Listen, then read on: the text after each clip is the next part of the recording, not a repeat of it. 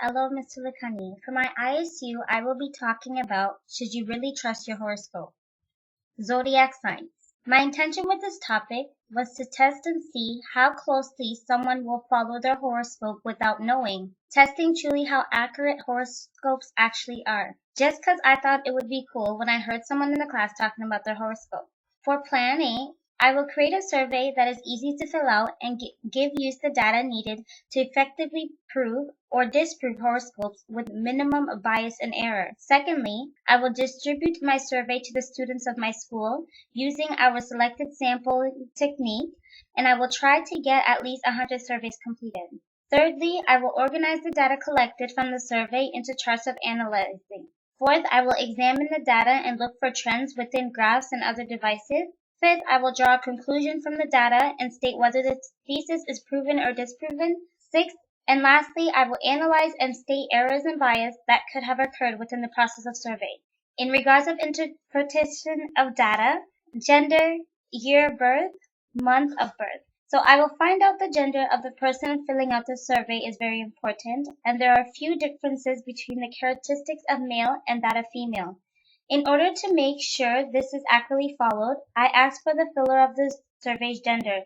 It is also known that in the years I am analyzing, males are more prone to fill the survey with less care. When researching this data, I learned that horoscopes also change the VA the year of birth, and certain years have certain characteristics. It is said that these characteristics are said to be found within the entire population born within a set year.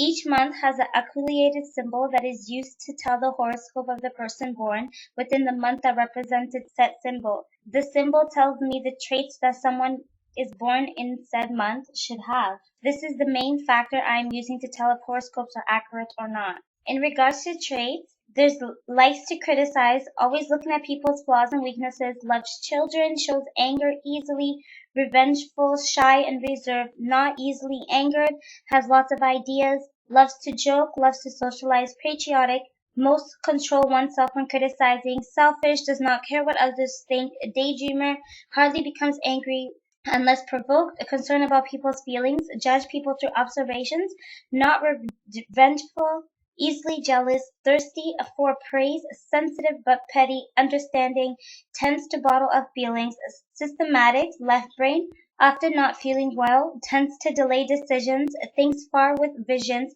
changing personalities, hasty, motivates oneself and others, diplomatic, romantic on the inside but not outside, spendthrift, brain conscious, and deep love. In regards to graph A, this graph can tell me a lot about the accuracy of the horoscopes as well if people will actually believe they're true.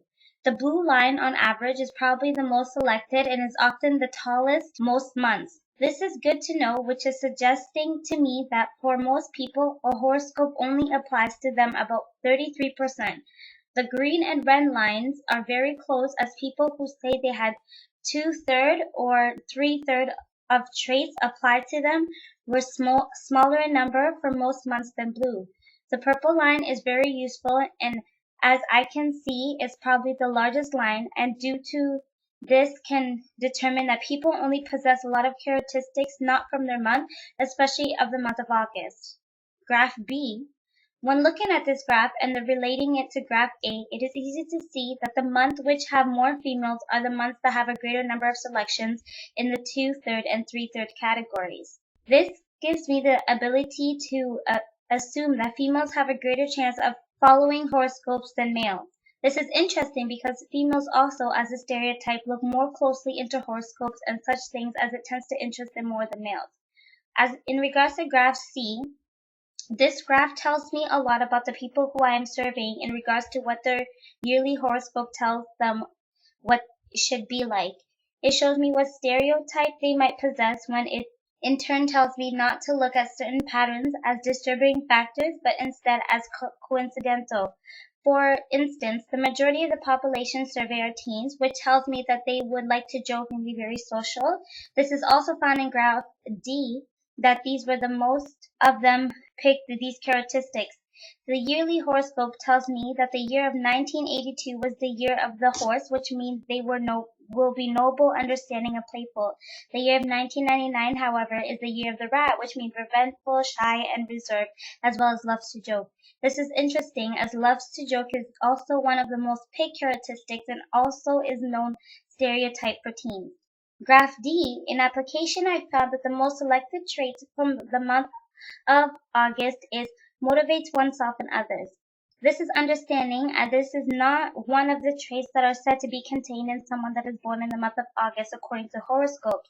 When looking at December, it can be seen that the most selected trait is loves to joke, which due to our earlier readings proves ever more interesting as it does go with the horoscopes, making the analysis of this data more confusing. This graph also shows me this with other months, splitting the data for 6 months, supporting the greater accuracy of the horoscope, and the other 6 months, disapproving the very same fact. Furthermore, the graph tells me that certain traits are just not selected or less than a handful selected. This is interesting as the traits with minimum selections are the traits which are harsher and have very deep meanings. In regards to the mathematical process, to begin with, the first mathematical process, mean, I will be taking the mean of the expected values to help me determine the overall expected value. Mean equals 0.6321. Mathematical process number 2. Mode is the most occurring number, but in this case, I will look at the most occurring characteristics. Overall equals loves to joke. Mathematical process 3. The process of finding the probability of success to choosing one, 2, or 3 traits that are in the month they were born in. Mathematical process number 4. Expected value will be used to see January equals 1, February equals 0.25, March equals 0.56, April equals 0.305, May equals 0.472, and etc. Basis and error. Sampling error. Problem with our sampling technique. Number of selectable traits.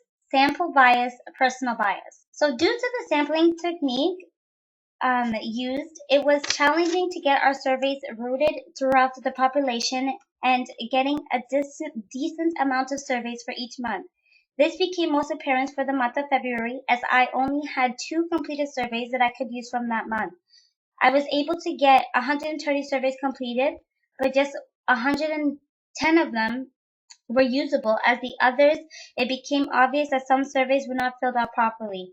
In the best case scenario, I would have liked to have 15 to 20 surveys for each month. This way, it would be easier to analyze and draw conclusions. The majority of our problems arose due to the fact that I did not control the population which was to be surveyed or the number of characteristics that one could pick. I had decent split between the years of birth of those who were surveyed as well as a decent split in gender for each month and overall. It would have been better if I was able to control the population which I surveyed. It also would have been better if I only allowed to pick only their top 3. This way I would have been more accurate data as some people checked off both. Shows anger easily and not easily angered. These simple changes would have helped the surveying process quite a bit. In addition to these minor errors that were also a big problem with my sampling technique, I decided to use a simple, random, and voluntary sampling technique, which was the easiest course of action, but sometimes the easiest is not the best. I decided to go to our school's 3 busiest areas and get our surveys filled out there. These areas were North and South Cap, as well as the library. In my analyzing, I thought that this would ensure a quick and easier collection of our surveys as well as what I hope to be a good spread of data. Sadly enough, this did not work and caused our data spread to be very weak. As well as sampling technique errors, there was a lot of biases within the survey, and these biases resulted in many problems. The first bias I found to be present was sampling bias due to the fact that some traits which can be easily observed throughout the population of my school are just not present in the data. There's also a fair amount of personal bias since people were doing a self-analyzing to fill the survey, and in many cases I noticed people were either too hard or too easy on themselves. These 2 biases affected my data a great deal and resulted a lot of problems for me to sort out. In final analysis, I found that the survey went pretty well and I was happy with my results for the majority of it. In conclusion, in my final analysis, I found that the relation between the traits that one's horoscope tells them to have and the traits they actually feel they possess is very minimal. Therefore, the accuracy of horoscopes is very minimal, and as results, horoscopes should not be trusted to the degree they are today.